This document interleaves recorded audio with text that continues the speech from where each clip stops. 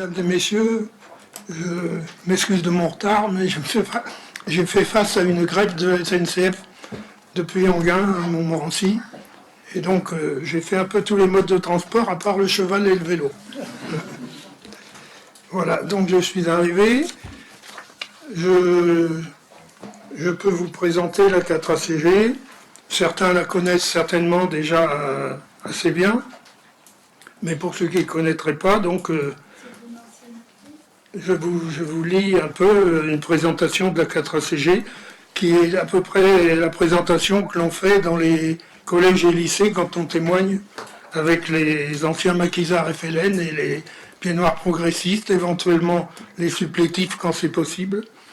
Voilà, on fait des témoignages à 4 voix. Alors, la 4ACG regroupe appelés et rappelés, il y a quelques rappelés du tout début, rappelé en Algérie de 1954 à 1962.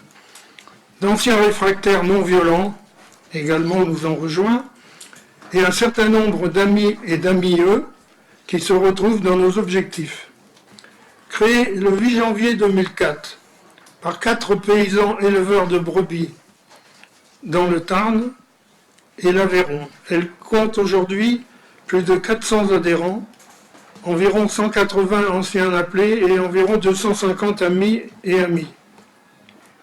Particularité essentielle, ces anciens appelés reversent intégralement dans un pot commun leur retraite de combattants pour financer des actions de développement et de paix, essentiellement en Algérie et en Palestine. Un peu au Maroc également. Cette idée tient dans un slogan. Nous ne voulons pas de cet argent pour nous-mêmes, nous voulons qu'il serve la paix. À cette somme, produite par nos pensions reversées, s'ajoutent les cotisations des amis.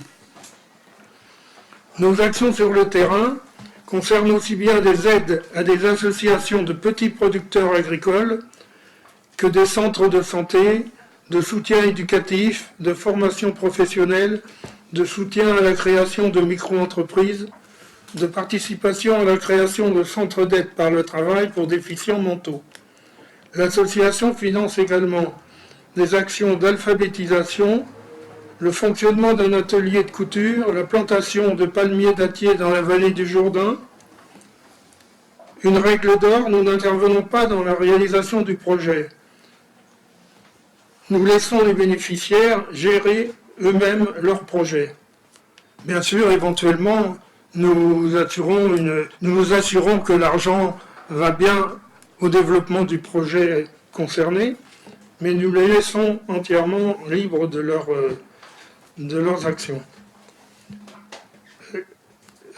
Chaque année, au moment de notre assemblée générale, l'ensemble des adhérents prend connaissance de l'avancement des actions votées l'année précédente et décide, au vu des dossiers présentés, lesquels pourront être soutenus dans l'année qui suit. Fondée en 2004 par 4 agriculteurs du Tarn, la 4ACG, après 18 ans d'existence, peut s'enorgueillir d'avoir dépassé le 1 million d'euros redistribués pour le développement, la fraternité et la paix, avec un panel de plus de 20 associations aidées en Algérie, 2 ou 3 au Maroc et 4 à 5 en Palestine, notamment à Gaza. Au-delà de ces actions, la 4ACG s'est donnée pour objectif de promouvoir la paix et la réconciliation entre l'Algérie et la France. Indépendante de toute institution politique, philosophique, religieuse, elle défend la dignité et les droits de l'homme et participe aux débats, rencontres, manifestations en faveur de la paix contre le colonialisme et contre la guerre. Nous organisons aussi des voyages de nos adhérents en Algérie afin de consolider nos rapports avec les partenaires que nous financerons, de fraterniser avec nos anciens adversaires, les Moudjahidines, et de tisser des liens avec la population et les associations locales. Enfin, nous suscitons des échanges entre les jeunes des deux rives, échanges que nous nous efforçons de développer.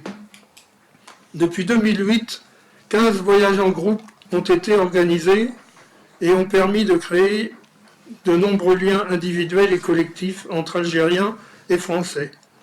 Une autre activité importante de l'association est de régulièrement témoigner dans les collèges et les lycées en compagnie d'anciens maquisards de l'ALN, de réfractaires à la guerre d'Algérie et de pieds noirs, afin de démontrer aux jeunes l'inanité de la guerre et leur dire que face à des ordres injustes, il est parfois nécessaire de pratiquer une forme de désobéissance. Voilà.